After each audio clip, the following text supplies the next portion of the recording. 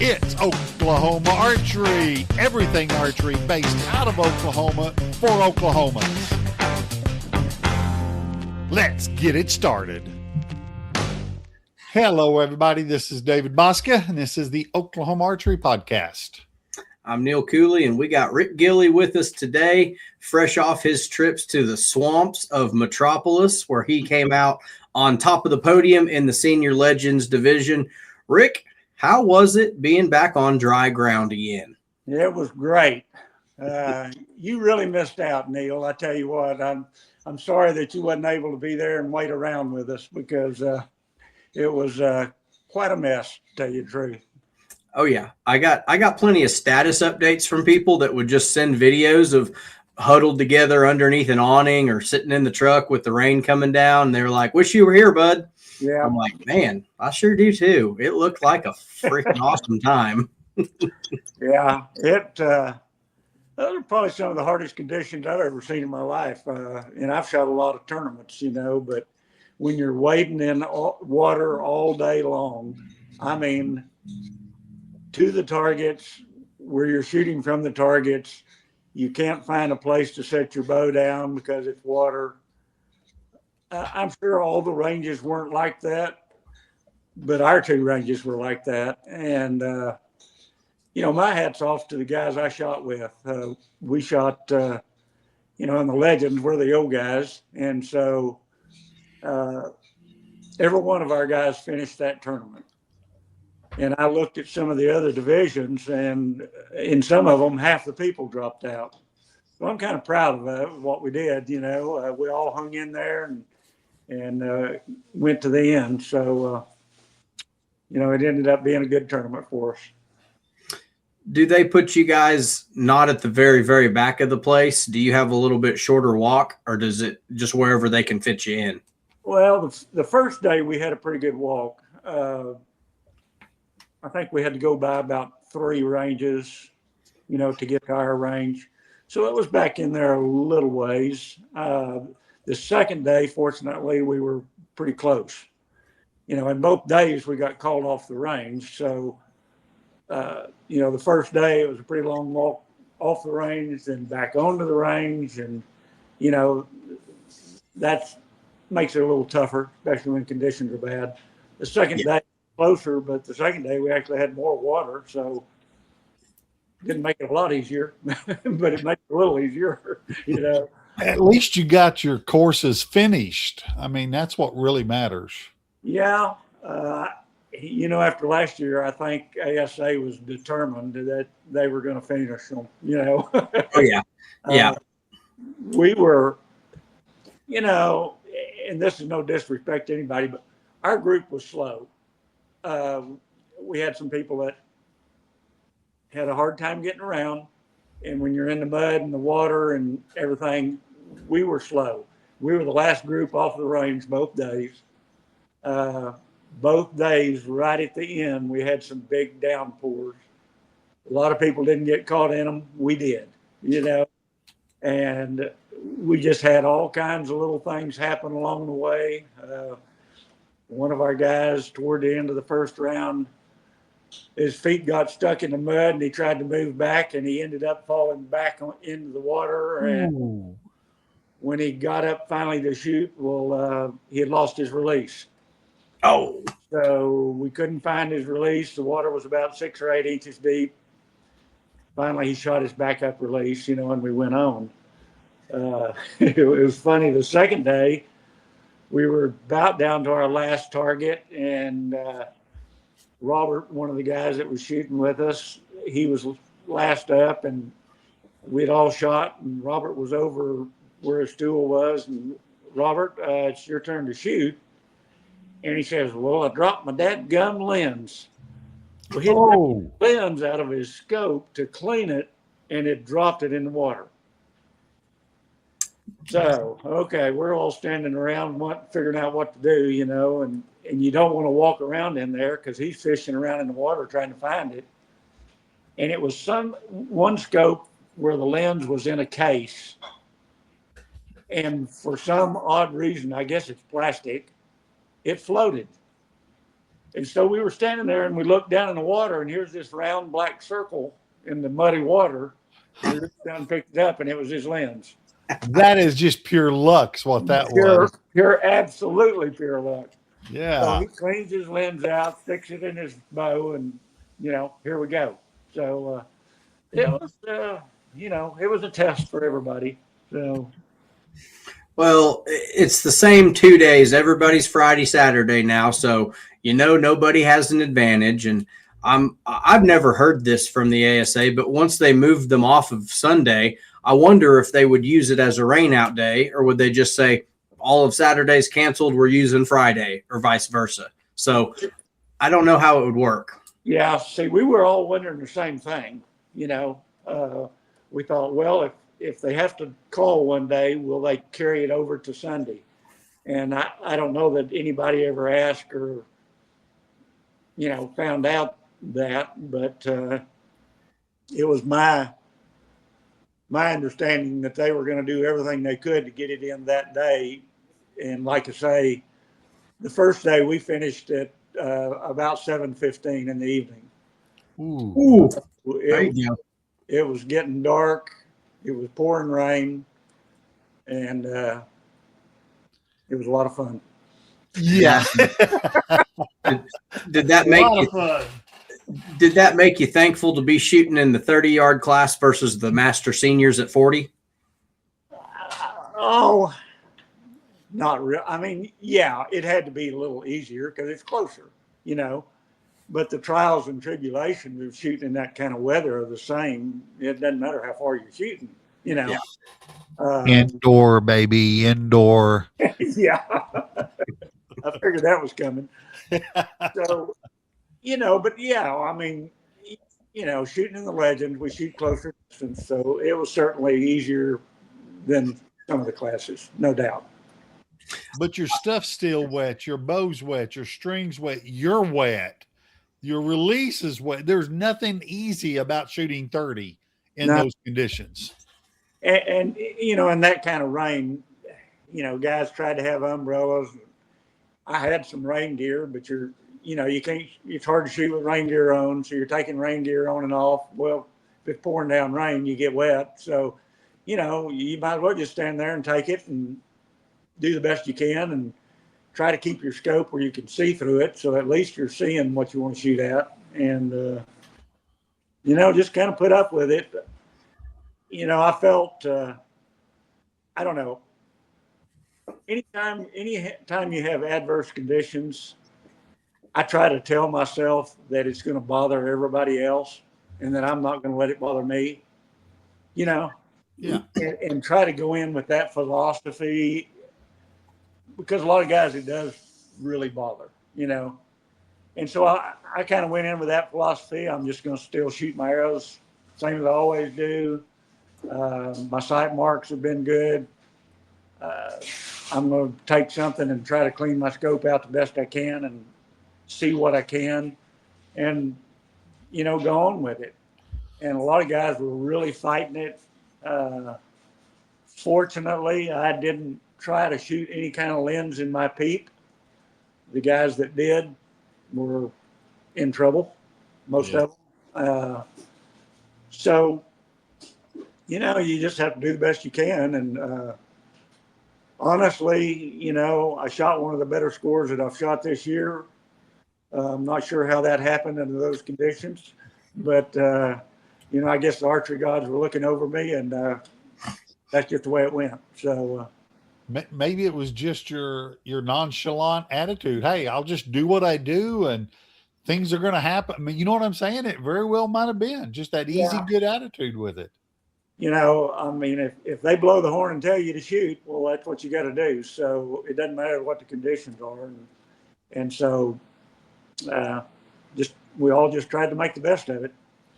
So what is your recipe for trying to keep your scope and housing up there clean? You Ziploc bag it every time? What do you like to try and do? No, I just, my scope has shades on both ends. So it's, it takes a little bit to get, you almost have to shoot water into it to get on the lens. Mm-hmm. So when I wasn't shooting, I just try to keep the scope where the water wouldn't rain into the scope. And then right before I'd shoot, I'd prepared with a Ziploc bag with some paper towels and different things, and I just blocked my scope just a little bit to get rid of some of the rain dots that were in there. And then you shoot my arrow, and then next time you do the same thing. And it was never perfect, but it was always to the point where you could shoot. That's about all you can do. You just can't do a whole lot. Did you get to where you were when your strings get wet? I think a lot of people will tell you that your arrow will hit low. Did it ever get to a point where you were having to add yardage? I truthfully don't think, I kind of flip my string right before I shoot when it's raining real hard. I really don't think that you lose yardage because of a wet string. I think you lose yardage because the rain is raining down so hard it's beating your arrow down. In flight? Yes. And, I would add a. Oh, I lost you. I bet somebody. Sorry about that. I bet somebody called him and he got kicked off. Somebody called him. It was Miles from the Arrow Shop calling me, is who it was. But I'll get back to him. He's wondering where to send that contingency check to. Nah, I don't think so. But anyway, it went well. Is dialed in so well right now that that's the score that I actually feel like I should have been shooting all year. Well, tell everyone what your equipment is. I just haven't been doing it because of Rick issues. I got some of those worked out and shot well. So, what is your equipment? Won't you let everyone know what you're shooting? I shoot the Darton Tritech 35. Shibuya sight, 6-star scope. Unlike a lot of guys that shoot pins, I shoot a dot in my scope. It's a yellow dot with a light on it that lights up pretty bright. Shoot a Hansky rest, gas bowstrings, Conquest stabilizers, black arrows. Shooting the 25s right now with 130 grain point. Shooting on it, stand release. So, Everybody needed a muck boot sponsor this last week. Yeah, that's for sure. Yeah. I had waterproof hunting boots that I wore that never had been truly tested, and they got a good test this weekend. And honestly, I waited around in water for 2 days in that pair of boots and never got my feet wet. Oh, really? There you go. Yeah. It's probably the only pair of hunting boots I've ever bought in my life that said they were waterproof, and they really were. Most of them end up leaking, seem like, when you stand in water for so long. But, my feet never got wet, so I felt pretty good about that. Yeah. Yeah, that's the miserable drive home where everything's kind of soggy and damp, and you're trying to find a way to put your bow in the case and leave it open so it air dries on the way back. Yeah, that's the one. Of course, I was with a good friend Gaston, and we were always shuffling around trying to get our stuff in the car, and you had to try to dry it out a little bit when you got to the room, and so you're carrying stuff back and forth, and it was just a test all weekend, but we survived. So that was a good trip home because he got third, if I'm not mistaken. He did. Dan got third. That was a who's buying supper tonight trip. Yeah, there you go. Yeah, Dan, happy for him. He hung in there. When you go to a shoot like that, you get quit worrying about what's going on outside and what everybody else is doing, and you just got to play your game. And I just kept telling him, I said, just hang there, make every shot count. You know, what will come, you know, as far as results go. And he was able to do that and ended up in third. Yeah. It was funny because we were sitting there waiting on the awards, and we were soaking wet, it was pouring rain still, and everything was flooded, and I'm sitting there kind of feeling guilty because I know Dan would like to be at the motel and get dried off and get some dry clothes on, and he's sitting there with me, you know, and then we look at results, and it said he's third place, and it was a big relief because now, you know, I'm waiting on him because he's got to get his award. So we had a good time with it. Dan's a good travel buddy. He'll have you fully educated by the time you get there. Oh, yeah. Dan's a great friend, and you know, we try to go to at least one shoot every year together, usually Metropolis, and we always have a good time. So it really is a good tournament despite the weather. And I think 5 years I've been, 4 of them it's rained and 1 year it didn't, and it was really, really, really hot. And I think I'd prefer the rain to heat stroke any day. Yeah, you know, at least it was cool. You know, raining and you were wet all the time. It did keep you cool, although the humidity, even with it being cool, the humidity was so high that it wasn't pleasant by any means. But and you know, that whole country, that whole state area that you shoot in there, that place is meant to be flooded for duck hunting. Yeah. I was going to say, years ago, it used to be a real flat area with tall, spindly trees. Yeah, you know, it's designed with dikes to be flooded for duck hunting. Okay. So, you know, when it rains, it does what it's supposed to do. Yeah. It holds all the water. Yeah. You got your one trail on the top, and as soon as you dip off of it on either side to get to your stakes, you are in it, bud. I mean, and it works great. I bet I've never duck hunted in my life, but I think that'd be a pretty good place to do it based on the 4 years that I've went. And then I'd go just to go to Fat Ed's, you know, get those peel and eat shrimp, and you got literally half the ASA there on every single night. So it doesn't matter what night you go, it's going to be crowded, but you're sitting there in between, you know, PJ Riley on one side and Darren Christian Berry on the other side, and you're like, man, I feel part of the cool kids club all of a sudden. There you go. Got to go to Fat Ed's. Maybe the casino. Maybe. There's going to be some duck come up this year and reach down to get a beak full and come up with a release. Well, I know there's one out there. Yeah. That's what entered my mind several times when I'd walk up to the stake to shoot. You know, you're reaching down there and getting your release out of your pouch, and I thought, man, I don't want to drop this because, you know, even if you find it, it's going to be full of water. So yeah. That was on my mind several different times. You know, don't drop your release, Rick.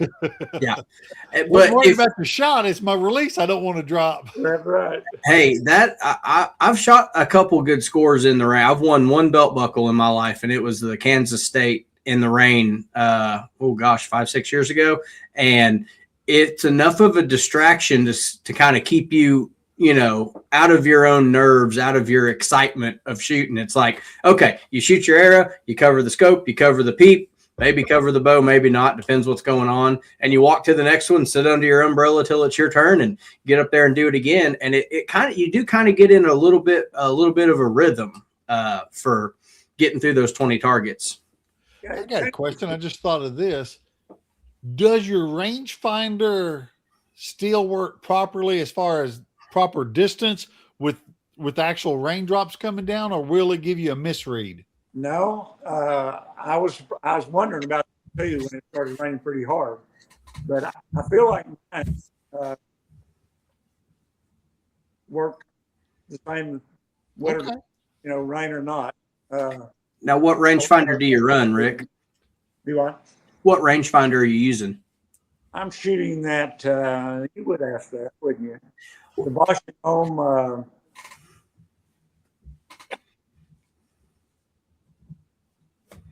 Can't think of it, Neil.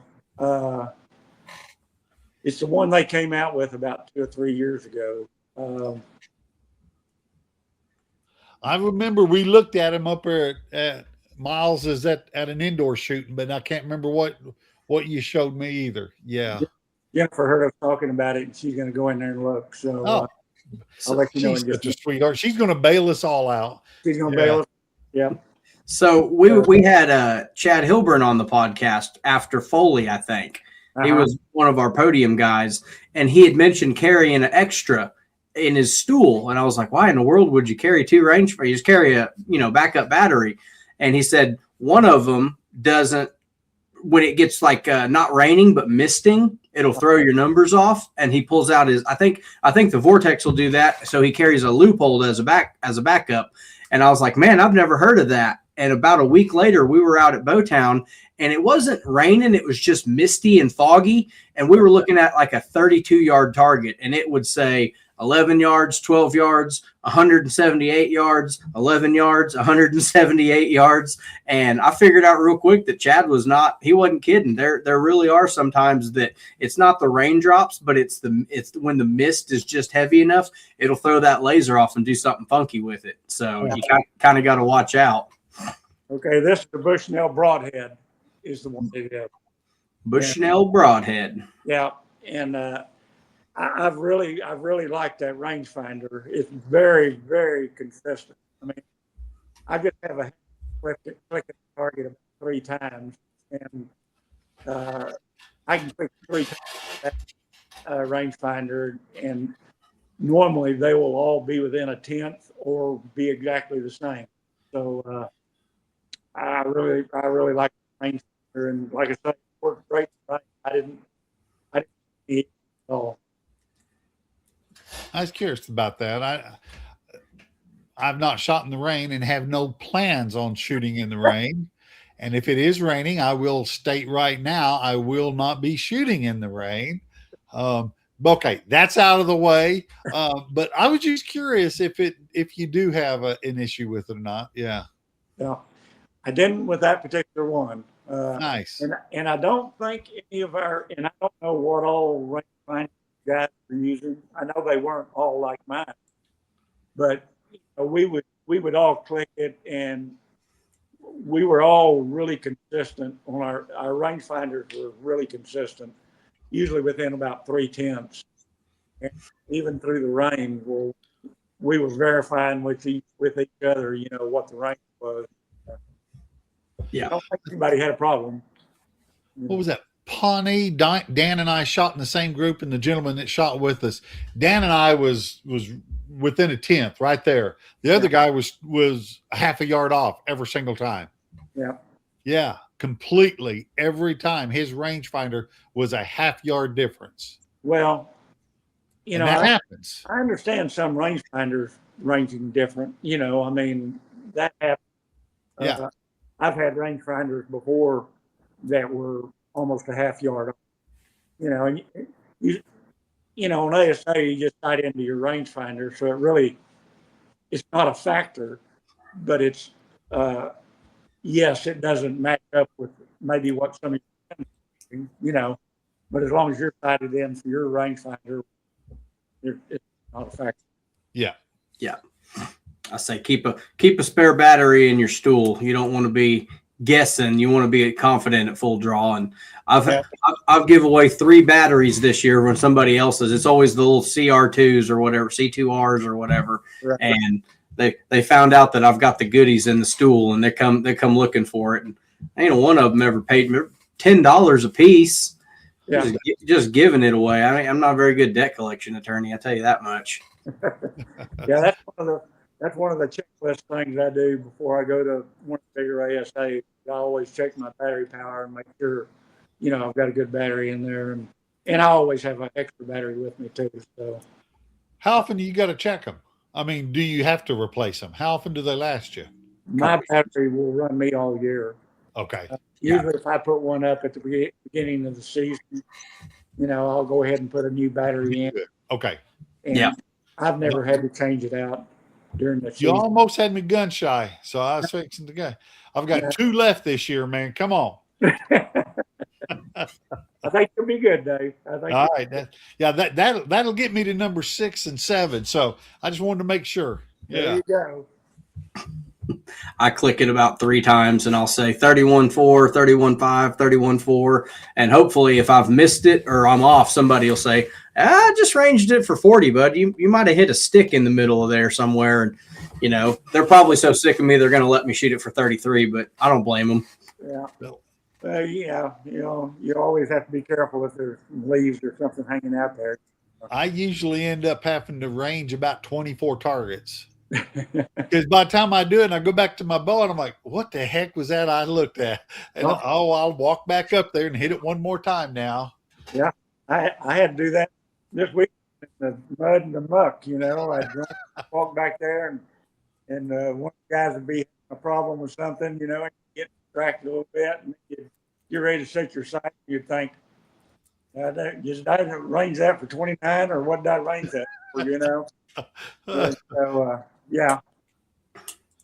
Sometimes what I like about I use the Vortex HD 4000, which is overkill because I'm not shooting anything at 4,000 yards. I don't care with a rifle, with a bow, nothing. I need the Vortex HD 45 is what I need. But I'll get back there and someone will ask me something and I'll be like, I've got that one track brain where you can't talk to me until I dial my sight because I'll forget. But it leaves that number up in there. So I'll just pick my rangefinder up and it'll say 29.3. I'm like, okay. So it gives you 4 or 5 seconds from the time you stick it back in there to you pick your bow up. And then somebody's like, hey, what was so-and-so on, you know, Jimmy Kimmel last night? And I'm like, and I forgot. And we're walking back to the steak already. So it's just part of it. But you can look at it and it'll still be glowing red right in there. I'm like, okay, cool. That's interesting. Yeah. Mine's got the down in the bottom corner, kind of like right down here in this bottom corner of mine. It'll give me the degree angle. I've seen that on mine. Uh-huh. And first, after probably the second and third shoot, I started watching that. It didn't change much. Yeah. No, it's got to be pretty good incline to really change your yardage much, you know. I print off my sight tape precision cut, and they'll give you a option to print off for up and downhill, you know, and what your sight is. And you know, you've got to have some pretty good up and down to really change it much, you know. So nothing we're seeing in Oklahoma, minus maybe Tulsa Archery. Yeah. No, and even Tulsa, you know, I don't think there's any that you really get too concerned about. So, see, I run mine on the setting where when it ranges, it just tells me it includes the angle in the distance. So, yeah, and that's never hurt me yet, but I've never gone to Reading. So, that's something don't rely on it all the time, but a lot of them do have that setting to kind of go with. Metropolis getting flat, though. I mean, no, you don't worry about it at Metropolis, but, you know, Indiana trail shoot, you've been there, the 88-yard downhill elk, you know, that's pretty good downhill. And my cut sheet from Precision Cut and my rangefinder, that's the same thing. So I think I've heard that until you get like 20 or 22% incline or downhill, they're pretty accurate. Beyond that, a lot of guys claim they lose accuracy, you know, and you have to kind of go to if you've got Precision Cut, you can print out a chart and, you know, it'll be a little truer. At what point, looking through rangefinder, I'm just going to throw numbers out, say 35.3 or 35.5, 0.7, 0.8, what point do you go, oh, I'm going to bump it up? Or like, say if it's 29 or 29.7, do you just put it on 30 and roll? Or do you go like, I'm going to be on the bottom side of that mark? You know what I'm saying? I mean, this is the good stuff. I mean, yeah, no, if I've got good sight marks, I'm going to set it exactly on what it says, best I can see on my sight. You know, I mean, I don't use the number system. You know, some people use a number system, and you can you can yard real easy on the numbers. I use tight tape, but I do try to put it exactly. I mean, if it's 28.8, well, I'm going to be just under that 29 mark, you know, as close Okay. to 28.8 as I can get. I don't aim, you know, in 3D. I ain't right at everything. I mean, I don't allow for rise. I don't allow for drop. You know, some guys will add a couple of yards and shoot it IVO and try to rise up into the upper 12 or drop. And I don't do that directly at what I want to hit. You know, if I can't. That's what I've done so far. Also, I've not played that other game. Yeah. You know, and they both work real good, but you know, there's a learning curve to allow for that rise and drop, and me being a basically target shooter from years ago, well, I'm used to setting my sight and shooting at what I want to hit. So, you know, my problem is I can't see anything. So, you know, I mean, I, but you know, sometimes you pick a place with your binoculars and really concentrate on that spot, and then draw back and just try to execute a shot, you know, and hold on that area. And I'm getting a little better setups now. You know, I played with that stack it peep a little bit, and that gave me an amazing sight picture. I mean, I could see my dot. I could see rings at 30 yards. I could see the 12 ring, you know, shooting a 6-hour scope. But as you remember, we went to Pawnee and shot, and my back me and actually lost it during the tournament. Lost the aperture, lost the lens. And right before that is when I'd gone to Indiana, and we had moisture. We had rain there, a lot of just heavy humidity. And I really fought that in those conditions. So after Pawnee, when I lost, I didn't have the option then of putting something else in there because none of the other lenses give me the sight picture I wanted. So I just put my regular peak back, and that's what I shot this week. And that's what I would have shot regardless, because the forecast was 60 or 70% for rain both days, and I just wasn't going to go out there with a lens in my peak. You know, this wasn't going to work for my old eyes. You know, that's probably something I need to play with at one point. Just take the lens out. I don't even know what it looked like. It's been so long since I've done that. I couldn't tell you. Well, yeah, I think a guy. If I play with the stack it more, which I will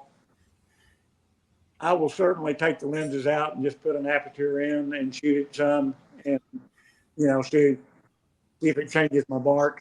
Dan did today. He took the aperture out and just put regular peep in, and because he was having trouble seeing. Yeah. And he didn't have any problem. It didn't change his mark. So I he needs to practice that, you know, and see if he can come up with something better if he does get into bad weather, you know. I get new eyes in August. Yeah. And so at that point, maybe I can play around with some different stuff. Yeah. Or you may not need to, you know. Yeah. You know, you may find out that I might take my peep out completely. I don't know whether I'll go that far, but After I got LASIK, my scope and clarifier combo stayed the same. So I'm still running a 6-power with a B. And I talked to Doc Ferguson trying to pick his brain before I went in for it. I was like, man, am I going to have to, you know, change aperture size and clarify? He goes, what's your prescription? And I was like, it's a 1.0 and a 1.5 in my right eye. And he goes, oh no, you'll be fine. You won't, just leave it alone, shoot your bow as soon as you're cleared. I'm like, okay, Cool. See, I'm getting lens replacements. I'm not doing the LASIK thing. Right.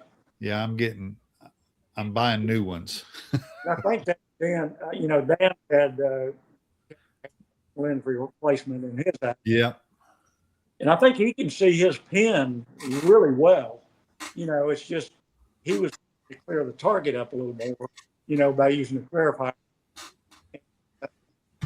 And like I say, the second day, I think he pulled that clarifier out, shot without it, and shot well. So Yeah, he did. made it work. Yep. Anytime you don't need one, it's beneficial to not have one, because anything can go wrong with those clarifiers. I mean, they're so hard to clean. They're little. As soon as you take them out, you drop them in the dirt. So if it's something that you can run a 4 or 5 power and get away from, more power to you, man. Yeah, I would love to shoot that stack. For me, for my old eyes, a clarifier or a verifier just doesn't do me any good. If I shoot a verifier, yeah, the pin's clear, but now my target, I don't see any definite. I shoot a clarifier, then I can't see my shot much go. So I had to have both, and it did give me an amazing sight picture, but I had those 2 bad experiences with it. It's hard to trust, ain't it? Do what? It'd be hard to trust after that. Yeah. And I got replacements this weekend, lenses, apertures, and everything. So I'm back in business with it. And I will probably play with just what we were talking about. I'll probably put that peep back in with that system, and then take both the lenses out, put just an aperture in, and see how much it changes me. So if I get ready to go to a tournament and it does look like there's a chance for some bad weather, I'll make a decision on which one I want to shoot. Yeah. I think what a lot of people don't realize, and this kind of goes back to what you told me at Metropolis, I think 2 years ago, you get more clarity in your sight picture from running a smaller aperture than you do bumping up in clarifier power. Because I had a big one in there just because it was, I think, late season, and we went somewhere dark, and I was just running a little bit larger aperture size than normal. And I went from a B to a C, and all it did was make my pen worse, didn't get any clearer. And you kind of looked at it and you're like, aperture's too big. Go down. I cranked it down 2 sizes and went out the next day and went from 12 down to 12 up. So, doesn't hurt any to go to a smaller one if it's not too dark. No, early in the year on ASA, before the leaves get out and, we get a lot of this heavy foliage, I shoot a 16th inch aperture in my 3D setup, and it's actually pretty good by itself. This time of year, I go to a 332nd, and the target's still okay, but I have 2 dots in my scope, so I have to make sure I pick the right one, What diameter scope are you shooting? I shoot, it's a 41. It's 41. Okay. Yeah. I think that's what Dave's shooting too, isn't it? Yes. Yeah. Yeah, you almost have to have that field of view, because you get in these dark ranges, and you need to be able to see all the animal, and if you get too small a housing, well, it just blocks out. It depends on what power scope you're, I shoot 6 power, so I have to have larger scope housing. I remember both of y'all telling me that when I was putting a 3D rig together. You said, go up to a bigger one, because I had the 31 and sitting out back here shooting. I thought that's fine. Till I bought a 41. Then I tell you what, I like it. I'm on the bandwagon, and I'm gonna be honest with you. I may look at a 41 indoors this year. I really like that one. I've actually, a lot of my shooting here for ASA, my problem has been my execution. It doesn't have anything to do with my setup or my sight marks or my arrows, or, it's just me. So I've actually stood and shot a lot of indoor this summer, just working on execution. And I'm the same way. I shot, my 3D scope, which I normally don't do. and kind of like the way it looks. So Yeah. I may just stay with it indoors. I feel it. Yeah, exactly. So. Got to have good optics. If you're not seeing good, you can't put the pressure on yourself to execute good. You got to like what you're seeing. You got to be comfortable at full draw. I'm thinking about going back from a 35 to a 40 millimeter. I still run the reducer ring, so it's a little smaller, but getting late in the season, we've had some dark ones, and I love to see the full outline of the animal with that 6-power lens. And it's just like, it's always the bighorn sheep, and it's always under a tree that's real dark. And he is a wide-bodied sucker, you know what I mean? And I just get lost in him and eventually put it behind the shoulder and hammer that button, and there it is. It's a low 8. Congratulations, you just hit the core line. So yeah, it's especially, I saw him leaning back the other day somewhere, and it was just messing with me to shoot at that lower. He's leaning back. I didn't want to shoot at the upper, because you've only got that far till over the top of him. But man, I was more than halfway up his big wide body aiming at that lower, and I don't know, just a tricky target. But it's good. I don't miss him very often, but I sure don't hit him where I want to very often either. Yeah. On ASA, I think, the biggest thing for the old class is our eyesight. I mean, we all struggle with that. And, and this weekend we had targets that were angled pretty good, which a lot of times we don't see. I'm not sure they were angled because ASA angled them, or whether they got angled as people were jerking around on them in the mud trying to get their arrows out, and it just shifted them around a little bit. But regardless, they had some angle to them, and so that made them a little trickier too. You had to keep your eye on that. It was funny because when we ended up the second day, most of the guys on our course were finished, and a guy walking by, and Dar is the first name, guy from Wisconsin that shoots in our division, and one of his friends came walking by, and he just talked to one of the guys in my group, and he said, "Boy, Dar's not good. Dar's 21 up." And of course, I perked up. I was short at that time, and so I looked down, and I knew Dar the first day was 5 up. And so the guy walked by, and kept walking, and he just said Dar was 21 up. And I'm thinking, I was 21 up today, and he was 5 up yesterday. So is he 26 up, or is he just 21 up for the weekend? So I had up my score. If he were 26 up, I had 4 targets to go, and I was 24 up.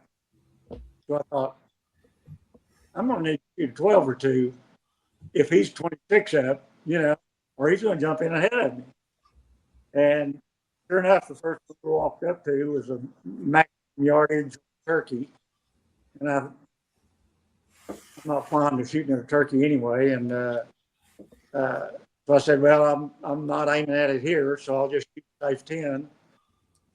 Next one I walked up was a nice deer that was, and that small deer looked small anyway, and he was actually at 32 yards, which was our longest shot, and we rarely have one much over 30. And he was angled, so I thought, well, okay, better not get too aggressive with him. I don't want to give points back for sure. So then we go up to the next to the last target, and it's fairly close, 6 yards, I think, something like that. I was able to shoot 12 there, and I didn't remember what the last target was, but we walked up to the last target, and it was a little gimme on a big wolf, and so I was able to shoot a 12 there, and that put me 16 up and 28 up for the day. Well, I ended up, Dar was 21 up for the entire tournament. So it ended up, I was in good shape, but it tested me a little bit toward the end to Yeah, more aggressive, cool. Try to make something happen. And And it worked out. And it worked out, and I was able to do it. So, I felt real good about how I shot the tournament and how I managed everything. So, Yeah. See, that's the advantage that the pros have, knowing who's on the leaderboard, where people don't realize the rest of the amateur class, those guys will clam up on you. If they shoot 22, 24 up in a day, how'd you shoot? Good.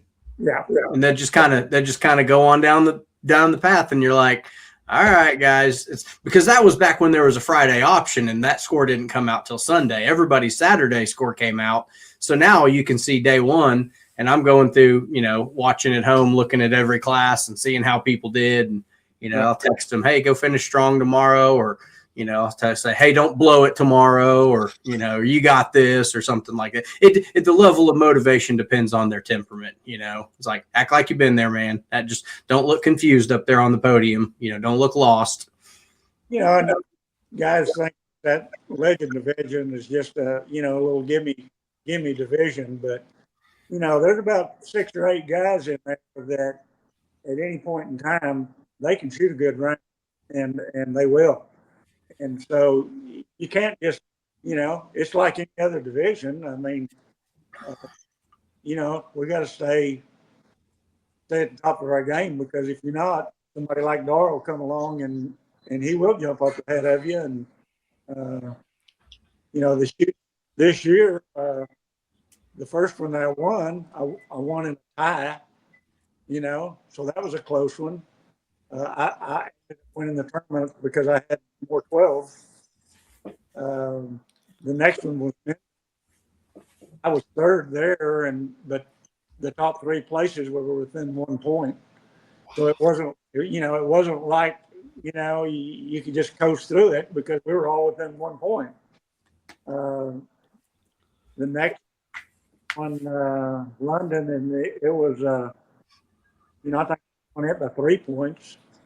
So, they've all been close, and, you just, like any other division, you gotta stay after. So. Yeah. I was gonna say, riding home with Dan, you sure don't want to be the one that got 4th when he's in 3rd. I'm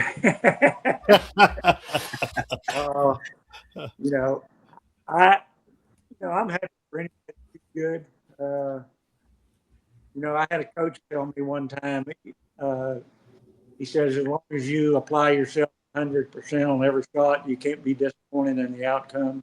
Yeah. And I always try to do that. That's where you want to get up. I mean, just because you apply yourself 100% of the time, that you're going to shoot great, but you can at least say that you gave it your all. And then if you don't shoot what you want to shoot, well, you can't be too disappointed. You've done the best you do.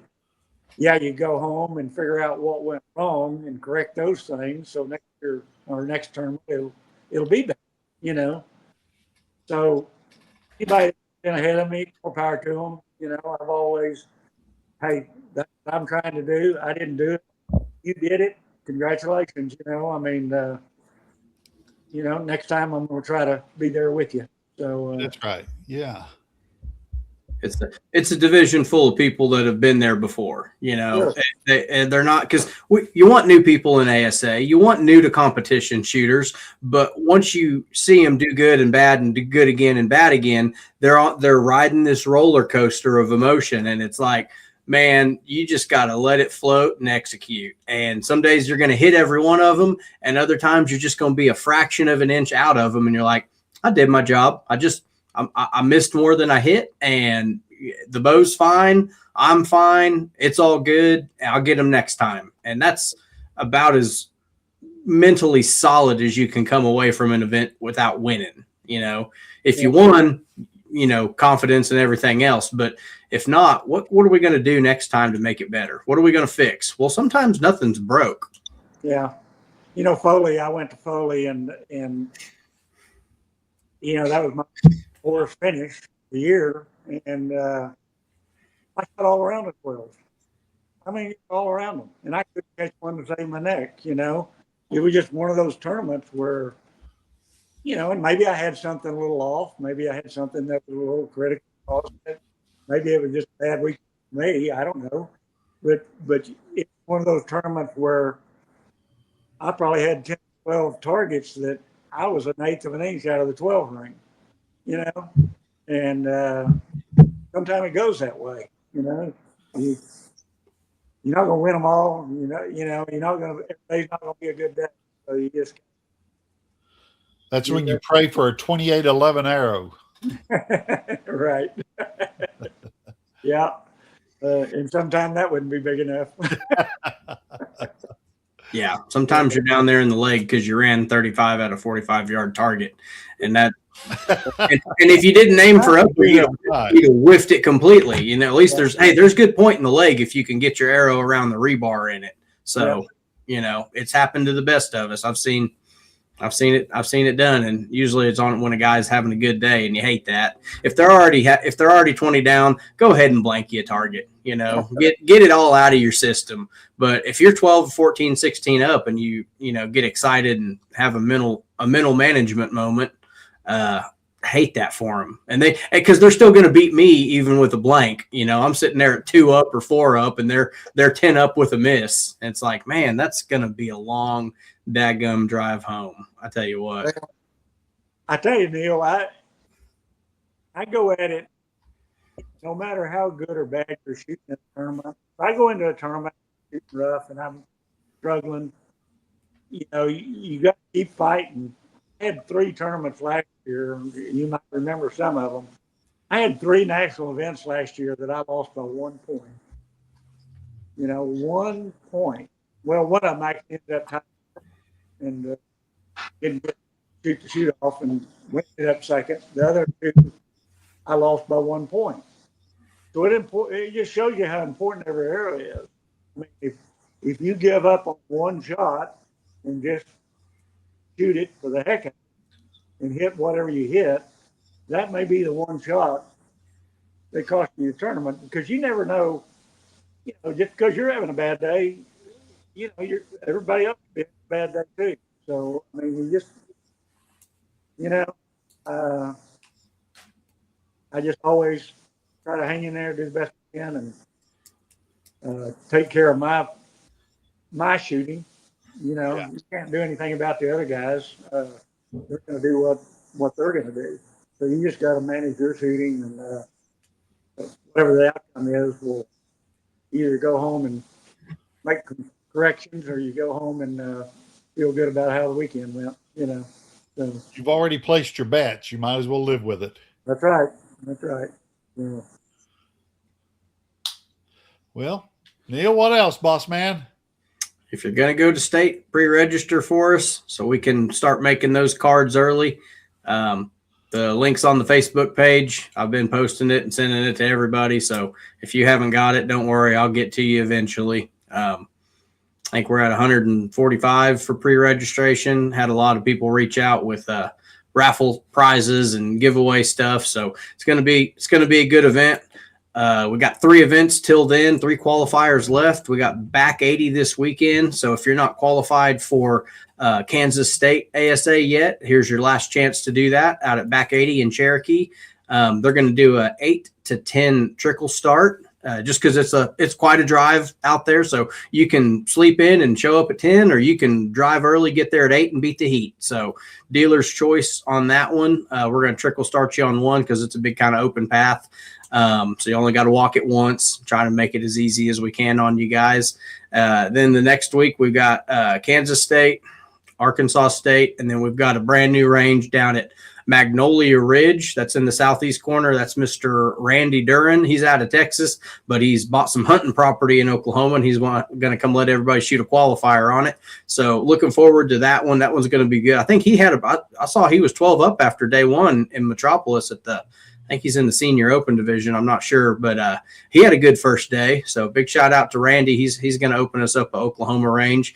And then our last qualifier is going to be the week before state at Connors. So Connors has got some good elevation. Everybody that comes to the gun club this year will get a taste of that back range where you have some uphill and some downhill. You only have 15 back there. You're going to have 15 on the close side and 15 on the far side. So you get some flat ones in there, and then you get to experience the champions range, the hill of death, as I call it. So Connors would be another great opportunity to go check your third axis, make sure you're comfortable shooting uphill, downhill. That's a place where if your draw length's not right, you're going to know about it pretty quick once you get on some of those angles and bad footing and stuff like that. I know Dave's a big fan of bad footing.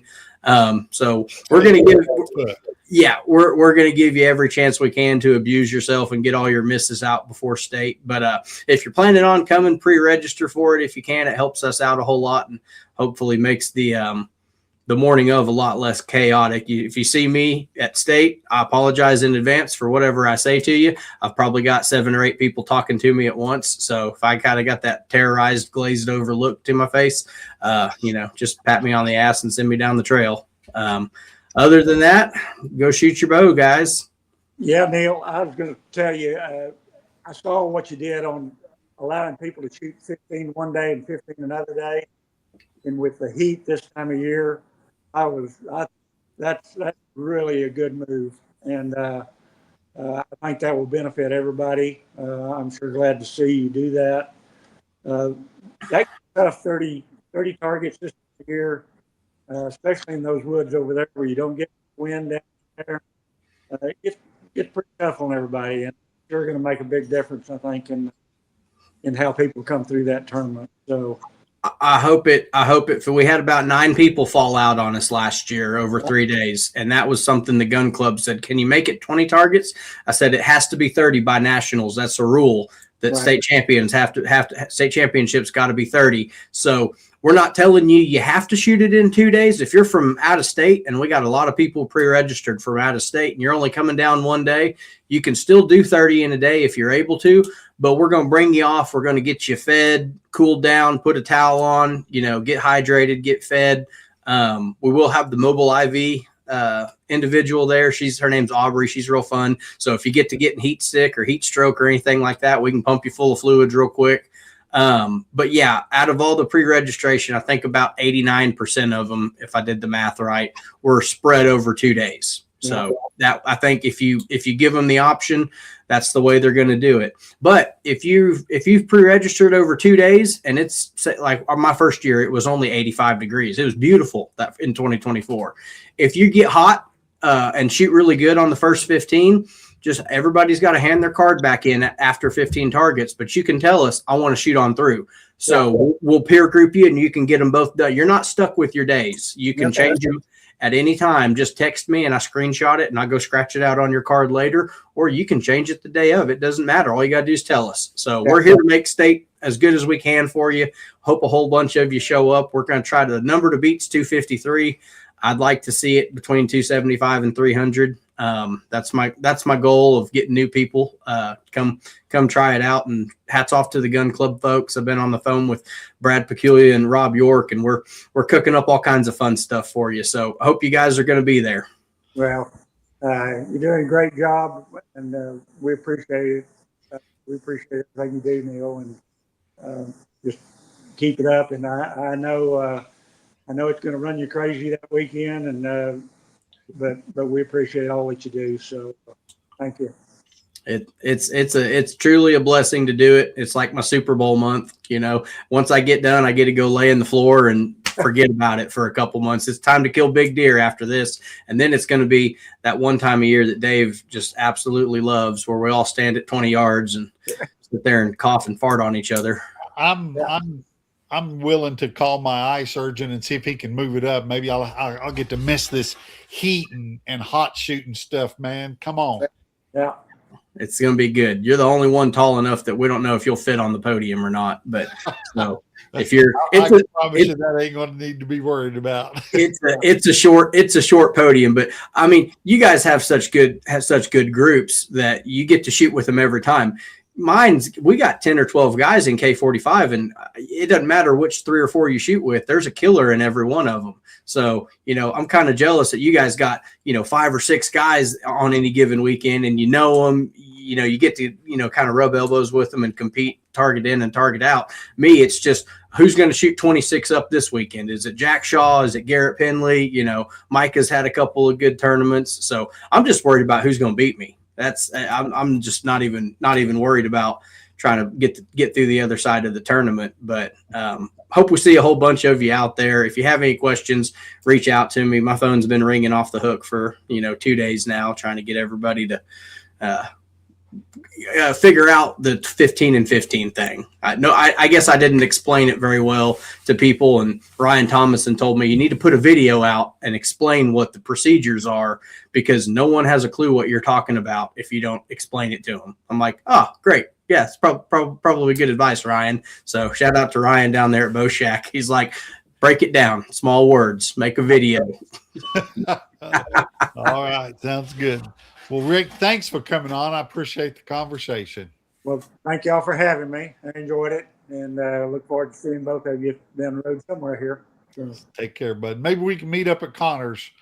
I don't know, man. I may end up going to state and be short a shoot. I don't know. Nah. You need to come out to Connors. We'll get together. Yeah.